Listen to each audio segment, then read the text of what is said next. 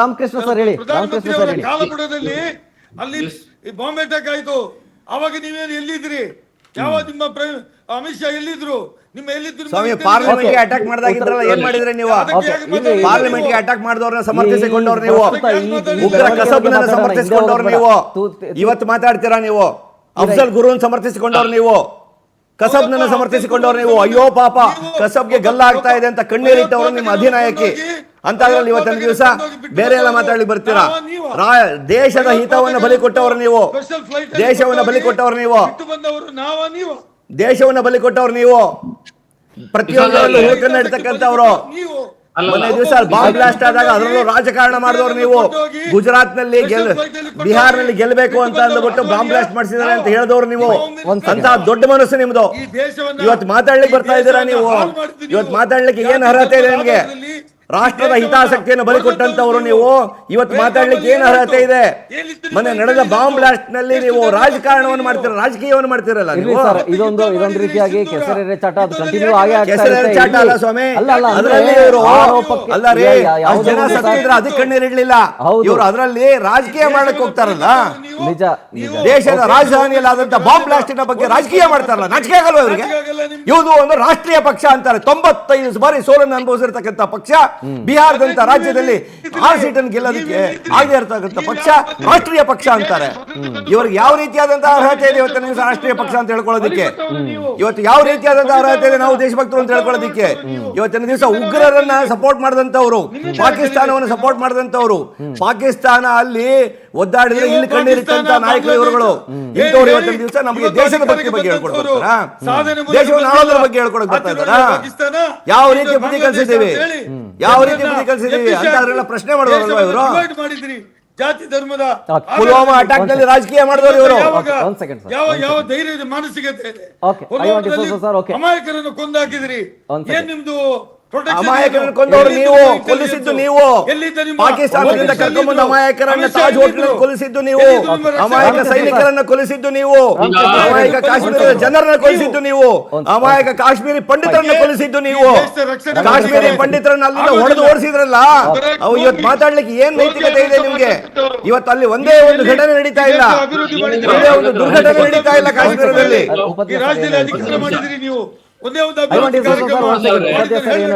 ಕರ್ನಾಟಕದ ರಾಜಕೀಯದ ಬಗ್ಗೆ ಬರೋಣ ವಾಪಸ್. ಕರ್ನಾಟಕದ ರಾಜಕೀಯ ನಾವು ಡಿಸ್ಕಸ್ ಮಾಡ್ತಾ ಇದ್ದೀವಿ, ಆ ರಾಜಕೀಯಕ್ಕೆ ವಾಪಸ್ ಬರೋಣ. ಈಗ ಪ್ರಶ್ನೆ ಇರ್ತಕ್ಕಂಥದ್ದು, ನಿಮ್ಮ ಸುಪ್ರೀಂ ಲೀಡರ್ ರಾಹುಲ್ ಗಾಂಧಿ ಅವರು ವೋಟ್ ಚೋರಿ ಅನ್ನೋ ಒಂದು ಕ್ಯಾಂಪೇನ್ ಮಾಡಿದ್ರು. ಅದರಲ್ಲಿ ಮುಖ್ಯವಾಗಿ ಕರ್ನಾಟಕದ ವಿಚಾರವನ್ನೇ ತಗೊಂಡ್ರು.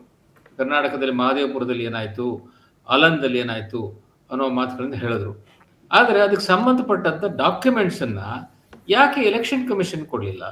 ಯಾಕೆ ಸುಪ್ರೀಂ ಕೋರ್ಟ್ಗೆ ತೊಗೊಂಡೋಗ್ಲಿಲ್ಲ? ಅದನ್ನ ತೊಗೊಂಡೋಗ್ಬೇಕಾಯ್ತಲ್ವಾ? ನಿಮಗೆ ಅದನ್ನ ಎಲೆಕ್ಷನ್ ಕಮಿಷನ್ ಅದನ್ನ ಸೀರಿಯಸ್ ಆಗಿ ತಗೋತಾ ಇಲ್ಲ ಅಂದ್ರೆ ಕೋರ್ಟಲ್ಲಿ ಕ್ವಶನ್ ಮಾಡಬೇಕಾಗಿತ್ತು. ಅದನ್ನ ಮಾಡಲಿಲ್ಲ.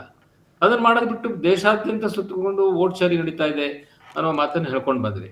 ಸೊ ಇಂಥ ಒಂದು ಲೀಡರು ನಿಮ್ಮ ಪಕ್ಷದಲ್ಲಿ ಇರುವಾಗ ಇಲ್ಲಿ ಇಂಥ ಕರ್ನಾಟಕದಂತ ಒಂದು ಮೇನ್ ಸ್ಟೇಟ್ ನಿಮಗೆ ಇಲ್ಲಿ ಕಿತ್ತಾಟಗಳು ನಡೀತಾ ಇದೆ. ಇಬ್ರು ಸೀನಿಯರ್ ಲೀಡರ್ಸು ಕಿತ್ತಾಡ್ತಾ ಇದ್ದಾರೆ. ಅದನ್ನ ರಿಸಾಲ್ವ್ ಮಾಡೋದು ಕೂಡ ಟೈಮ್ ಇಲ್ವಲ್ಲ ನಿಮ್ಮ ಲೀಡರ್ಗೆ? ಮತ್ತೆ ಇವತ್ತು ನೋಡಿ, ಸುಪ್ರೀಂ ಕೋರ್ಟಿನ ಚೀಫ್ ಜಸ್ಟಿಸ್ ಅಧಿಕಾರ ತಗೊಂಡಿದ್ದಾರೆ, ಹೌದಾ? ನಿಮ್ಮ ಲೀಡರ್ ಎಲ್ಲ ಹೋಗಿದ್ರು? Leader of the opposition by protocol ಈ ಶುಡ್ ಬಿ ಪ್ರೆಸೆಂಟ್ ದೇ. ಹೋಗ್ಲಿಲ್ಲ ಅವರು. ಇವತ್ತು swearing in of supreme court of India chief justice ಅಲ್ಲಿ ಹೋಗ್ಲಿಲ್ಲ. ಸೊ ಇದು ಏನ್ ತೋರಿಸುತ್ತೆ? ಜವಾಬ್ದಾರಿ ಇಲ್ಲಿರ್ತಕ್ಕಂಥ ಮನುಷ್ಯ ಆಗಿದ್ದಾರೆ ನಿಮ್ಮ ಲೀಡರು. ಸೊ ನಿಮ್ಮ ಈ ಸೀನಿಯರ್ ಲೀಡರ್ಸ್ ಯಾರ್ಯಾರಿದ್ದಾರೆ, ಸಿದ್ದರಾಮಯ್ಯ ಅಂತವರು, ಇವರೆಲ್ಲ ಅವ್ರಿಗೆ ಬುದ್ಧಿ ಹೇಳ್ಬೇಕು. ನೀವು ಸ್ವಲ್ಪ ಜವಾಬ್ದಾರಿಯಿಂದ ವರ್ತಿಸಿದ್ರೆ ಮಾತ್ರ ನಿಮಗೆ ಒಂದಷ್ಟು ಮರ್ಯಾದೆ ಉಳಿಯುತ್ತೆ, ನಮ್ಮ ಪಕ್ಷಕ್ಕೆ ಮರ್ಯಾದೆ ಉಳಿಯುತ್ತೆ ಅನ್ನೋದನ್ನ ನಿಮ್ಮ ಲೀಡರ್, ಸುಪ್ರೀಂ ಲೀಡರ್ಗೆ ಮನವರಿಕೆ ಮಾಡ್ಕೊಡ್ಬೇಕು. ಮತ್ತೆ ಕರ್ನಾಟಕದ ವಿಚಾರದಲ್ಲಿ he has to take a decision. ಇದನ್ನ ಮುಂದೆ ಹಾಕ್ತಾ ಹೋದ್ರೆ ಪ್ರಯೋಜನ ಇಲ್ಲ. ನೀವು ಮುಂದೆ ಹಾಕಿದಷ್ಟು ಇನ್ನಷ್ಟು ವರ್ಸ್ಟ್ ಆಗುತ್ತೆ ಹೊರತು ಇದನ್ನ ರಿಸಾಲ್ವ್ ಮಾಡ್ಲಿಕ್ಕೆ ಆಗಲ್ಲ.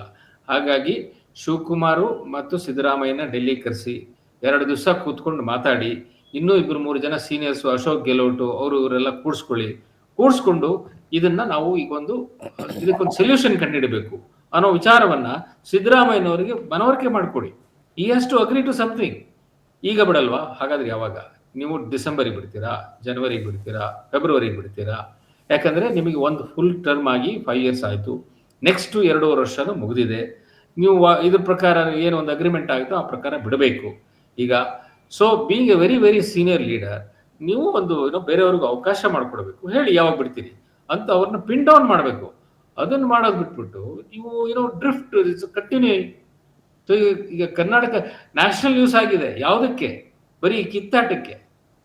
ನಮಗೆ ಈ ಕರ್ನಾಟಕದವ್ರಿಗೆ ಇದು ಬೇಕಾಗಿಲ್ಲ. ನಿಜ ನಿಜ. ನ್ಯಾಷನಲ್ ನ್ಯೂಸ್ ನೀವು ಬೆಳಗ್ಗಿಂದ ಸಂಜೆವರೆಗೆ ನೋಡಿ, ಹೌದು, ಸುಮಾರು ಅರ್ಧ ನ್ಯೂಸ್ ಬುಲೆಟಿನ್ ನಲ್ಲಿ, ಈವನ್ ಇಂಗ್ಲಿಷ್ ಬುಲೆಟಿನ್ ಗಳಲ್ಲಿ ಬರೀ ಕರ್ನಾಟಕದ ಬಗ್ಗೆ ಬರುತ್ತೆ. ನಿಜ. ಯಾವ ರೀತಿ ತಿಕ್ಕಾಟಗಳು ನಡೀತಾ ಇದೆ ಅಂತ. ಸೊ ಇದನ್ನ ರಿಸಾಲ್ವ್ ಮಾಡ್ತಕ್ಕಂಥ ಕೆಲಸ ನಿಮ್ಮ ಲೀಡರ್ ಮಾಡಬೇಕು. ಅದನ್ನೆಲ್ಲ ನಿಮ್ಮ ಸೀನಿಯರ್ಸ್ ಇರ್ತಕ್ಕಂಥ, ನಿಮ್ಮ ಪಕ್ಷದಲ್ಲಿ ಸೀನಿಯರ್ಸ್ ಅವ್ರಿಗೆ ಮನವರಿಕೆ ಮಾಡ್ಕೊಡ್ಬೇಕು. ಕಾಂಗ್ರೆಸ್ ವಕ್ತಾರರು ಅದೇ ಟೆಕ್ನಿಕಲ್ ಇಶ್ಯೂ ಇಂದ ಕಟ್ ಆಗಿದೆ. ಖರೆ, ನಾವು ಮತ್ತೊಮ್ಮೆ ಕನೆಕ್ಟ್ ಮಾಡುವಂತ ಪ್ರಯತ್ನ ಮಾಡ್ತೀನಿ.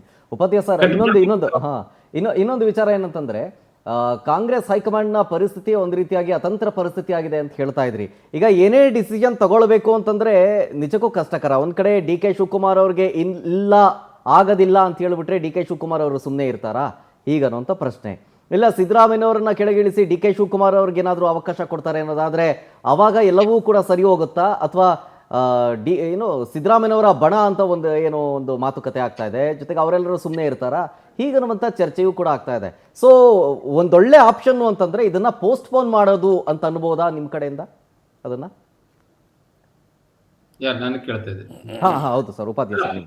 ನಾನು ಪೋಸ್ಟ್ಪೋನ್ ಮಾಡಿದ್ರೆ ಫಾರ್ ಹೌ ಲಾಂಗ್? ಈಗ ಇದನ್ನೇ ಹಿಂಗೆ ಕಂಟಿನ್ಯೂ ಮಾಡ್ತಾ ಇರ್ತಾರೆ ಎರಡೂ ಕಡೆ ಲೀಡರ್ಸ್. ಹೈಕಮಾಂಡ್ ಕೂಡ ಯಾರು ಸ್ಟೇಟ್ಮೆಂಟ್ ಕೊಡಬೇಡಿ ಅಂತ ಹೇಳಿದ್ರು ಕೂಡ ಯಾರು ಕೇಳ್ತಾ ಇಲ್ಲ. ಅಂಡ್ ನೀವು ಡೆಲ್ಲಿ ಬರಬೇಡಿ ಅಂದ್ರು ಡೆಲ್ಲಿ ಫ್ಲೈಟ್ ಗಳಿದೆ, ಹತ್ಕೊಂಡು ಹೋಗ್ತಾರೆ.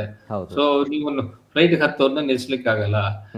ಮೊನ್ನೆ ರಾತ್ರಿ 11:15 ಹೋಗ್ಬಿಟ್ಟು ಖರ್ಗೆ ಅವ್ರ ಮನೆಗೆ ಹೋಗಿ ಬಾಗಿಲು ತಟ್ಟಿದ್ದಾರೆ. ಸೊ ಇದನ್ನೆಲ್ಲ ಸ್ಟಾಪ್ ಮಾಡ್ಲಿಕ್ಕೆ ಆಗಲ್ಲ. So you have to take a decision. ಒಂದು ಅನೌನ್ಸ್ ಮಾಡಿ, ಲೆಟ್ಸ್ ಸೇ ಇನ್ನೊಂದು 3 ತಿಂಗಳಿಗೆ ಸಿದ್ದರಾಮಯ್ಯ ಅವರು ಬಿಟ್ಕೊಡ್ತಾರೆ.